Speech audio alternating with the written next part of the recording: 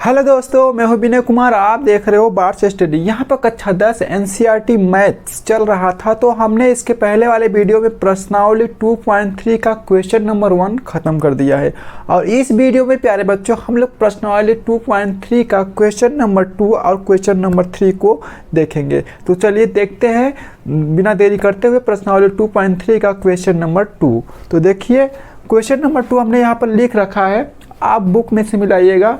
प्यारे बच्चों ये समझ लीजिए हमने न्यू एनसीईआरटी जो अभी सिलेबस न्यू एनसीईआरटी ने दिया है उस हिसाब से पढ़ा रहे हैं। तो आप न्यू एनसीईआरटी बुक कोई नई बुक खरीदिएगा और उससे मिलाइएगा, क्योंकि पुराने बुक में नहीं मिलेगा तो दूसरे वाले प्रश्नावली में दिया रहेगा। ठीक है, तो चलिए देखते हैं क्या है क्वेश्चन। क्या है, एक त्रिघात बहुपद ज्ञात कीजिए जिसके शून्यकों का योग दो शून्यकों को एक साथ लेकर उनके गुणनफलों का योग, ठीक है, उनके गुणनफलों का योग तथा तीनों शून्यकों के गुणनफल क्रमशः ए है। ठीक है, तो प्यारे बच्चों इसमें एक आपको त्रिघात बहुपद ज्ञात करना है और क्या क्या दिया है, तीनों शून्यकों का योग क्या दिया है 2, और दो शून्यकों को एक साथ लेकर उनके गुणनफलों का योग क्या दिया है -7, और तीनों शून्यकों का गुणनफल क्या दिया है -14। तो चलिए इसको हल करते हैं।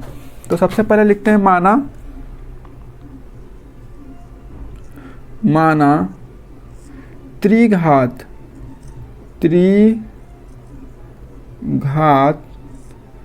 बहुपद, माना त्रिघात बहुपद। तो त्रिघात बहुपद क्या होता है प्यारों? त्रिघात बहुपद का मानक रूप लिखेंगे यहाँ पर। तो मानक रूप क्या होता है, ax³ प्लस में bx² प्लस में cx और प्लस में d के शून्यक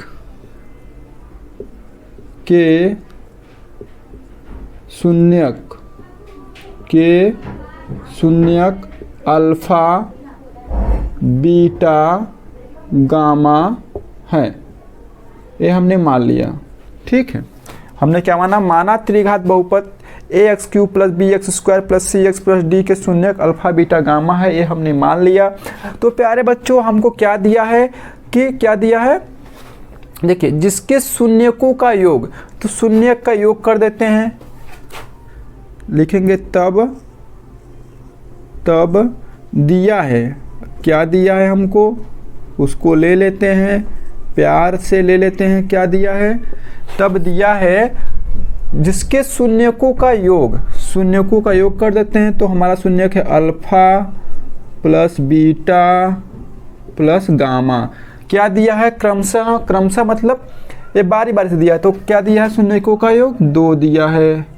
ठीक है, कोई बात नहीं। अब क्या दिया है, दो शून्यकों को एक साथ लेकर उनके गुणनफलों का योग, दो शून्यक लो उनको आपस में गुणा करो और फिर उनका योग करो। तो हम पहले अल्फा बीटा लेते हैं, कोई बात नहीं, अल्फा बीटा आ जाओ प्यारे। फिर प्लस में बीटा गामा लेते हैं, तो बीटा गामा आ जाता है। फिर गामा और अल्फा लेते हैं, कोई बात नहीं, आ जाओ। और ये इसका मान दिया है प्यारे बच्चों -7। और क्या दिया है, तथा तीनों शून्यकों के गुणनफल, तीनों शून्यों का गुणा कर दो, अल्फा बीटा गामा, ये दिया है -14। ठीक है, इतना आपको दे दिया है। अब इसको और आगे बढ़ाते हैं,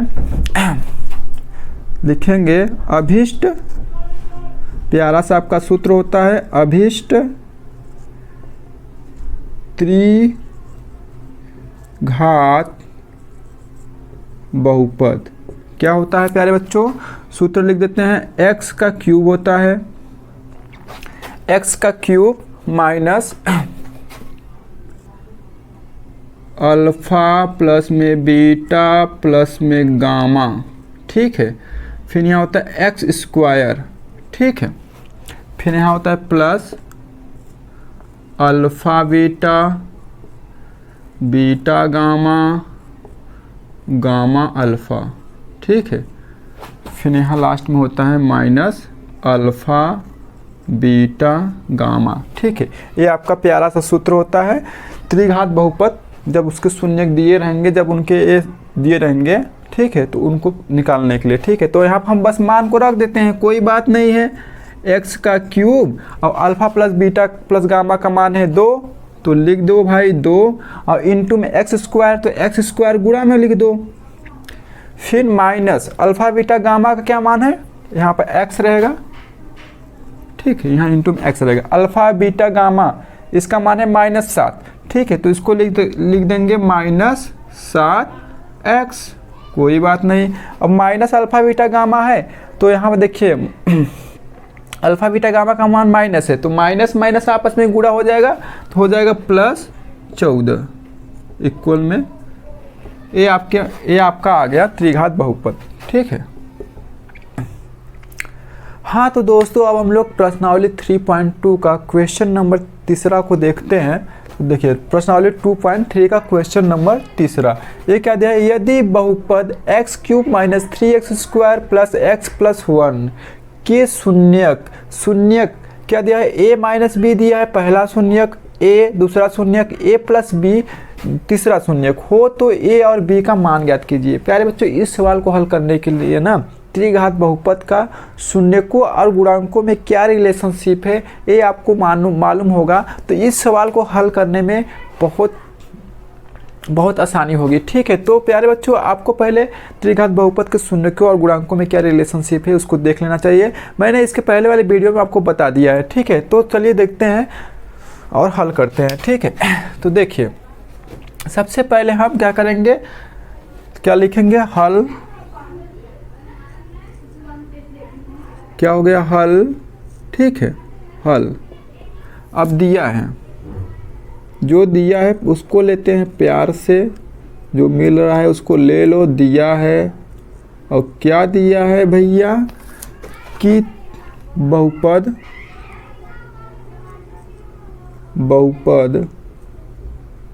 कौन सा बहुपद है, x³ - 3x² + x और +1 के शून्यक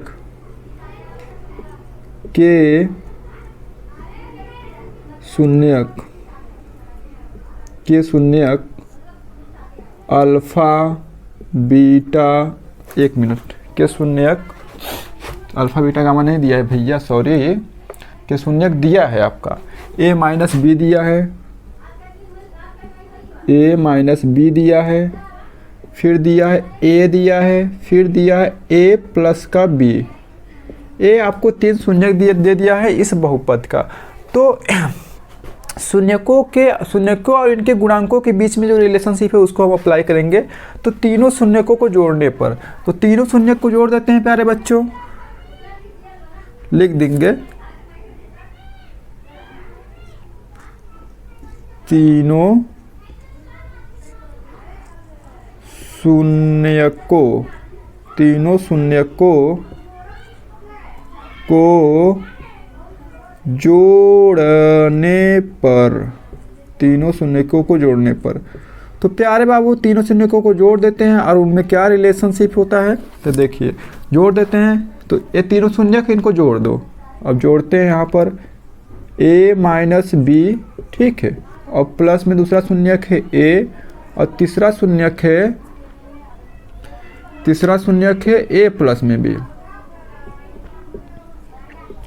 और प्यारे बाबू ये तीनों शून्यकों का योग अल्फा, जैसे alpha plus beta plus gamma क्या होता है, -b क्या होता है, x² का गुणांक, जो -b होता है वो क्या होता है, x² के साथ जो गुणा में रहता है उसको। तो देखिए -b और बट्टे में क्या होता है, alpha plus beta plus gamma का सूत्र आपको याद होगा, alpha plus beta plus gamma बराबर -b/a, या बोल सकते हो कि x² का गुणांक बटे में x³ का गुणांक, ठीक है। तो यहाँ -b हमारा है -3, तो पहले -b लगा देते हैं, -b वाला, और फिर यहाँ पर b का मान है -3 और बटे में है प्यारे बाबू 1, ठीक है, बटे में क्या है 1 है, ये है -b बटे में a, मतलब x² का गुणांक बटे में x³ का गुणांक, ठीक है। आपको ये सूत्र याद होगा। अब इसको जोड़ देते हैं, कोष्टक को खोलते हैं, तो यहाँ से a - b और प्लस a और प्लस में a + b, एक कुल मिला के आ जाएगा 3, अब देखिए यहाँ माइनस बी है और यहाँ प्लस बी है, कट जाएगा प्यारे वो सिंपल सा। और फिर ये 3a बराबर हो जाएगा 3, और यहाँ से कुल मिला के a बराबर क्या आ जाएगा 3/3 बराबर में 1। ठीक है, सवाल थोड़ा बड़ा हो जाएगा। हाँ, तो हम इसको इधर ही कर देते हैं।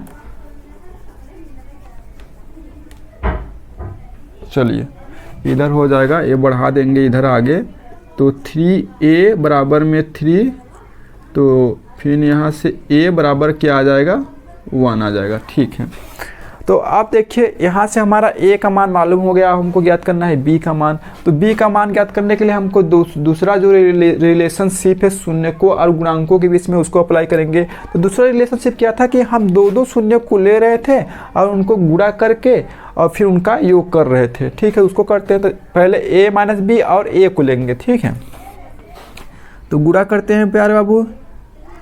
पहले a माइनस बी जो था ऐसे था ना, अल्फ़ा बीटा बीटा गामा और गामा अल्फ़ा। ठीक है, तो दो शून्य का हमने अल्फ़ा बीटा पहले लिया, फिर बीटा गामा लिया, फिर गामा अल्फ़ा लिया, मतलब इनका योग कर देंगे। तो यहाँ से हम क्या लेंगे a माइनस बी और a लेंगे।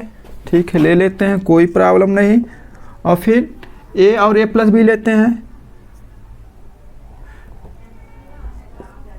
a और a प्लस बी, कोई बात नहीं। फिर प्लस में इन दोनों को ले लेते हैं, तो इनको भी गुणा कर देते हैं, a माइनस बी और a प्लस में b। और प्यारे बाबू a किसके बराबर होता था, a बराबर होता था c अपान में a, और c हमारा क्या होता है, a लास्ट वाला पद होता है। तो इसको लिख देते हैं 1, और a कौन है, a एक्स क्यूब का गुणांक बटे में 1। और इसको हल कर दो। अब इसको a का अंदर गुणा कर दो तो हो जाएगा a स्क्वायर, फिर हो जाएगा माइनस ए बी, फिर इसको इधर गुणा कर दो अंदर, फिर ये हो जाएगा a स्क्वायर, फिर प्लस ए बी, कोई बात नहीं, सिंपल सा गुणा। अब प्यारे बाबू ये देखिए a माइनस बी पहले ब्रैकेट में है और a प्लस बी दूसरे ब्रैकेट में है, तो a हो गया a square minus B square का सूत्र। कोई बात नहीं, लिख देते हैं a square minus B square, और बराबर में 1 हो जाएगा। अब देखिए स्क्वायर यहाँ पर है, a स्क्वायर यहाँ पर a स्क्वायर है। ठीक है, 3a स्क्वायर। ठीक है, और माइनस का b स्क्वायर भी बचा हुआ है। हाँ, माइनस का b स्क्वायर बराबर में 1। अब a स्क्वायर का मान रख देते हैं, तो a का मान हमारा क्या आया है 1 आया है, तो रख देंगे। तो यहाँ हो जाएगा 3 और गुणे में 1 का स्क्वायर माइनस का b स्क्वायर बराबर में 1। अब प्यारे बाबू ये कुल मिला के आ जाएगा b स्क्वायर बराबर में 3 आ जाएगा, 3 माइनस 1 बराबर में हो जाएगा 2।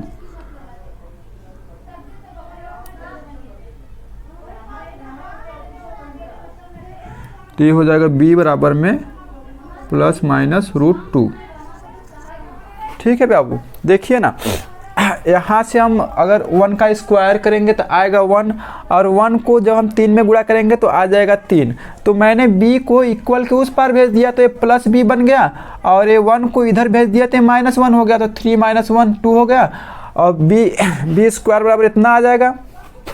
एक लाइन यहाँ और बढ़ा देते हैं, b स्क्वायर बराबर में 2 हो गया। अब ये स्क्वायर उधर जाएगा तो √2 हो जाएगा। ये आपका क्वेश्चन नंबर 3 हल हो गया। आज के लिए इतना ही, धन्यवाद।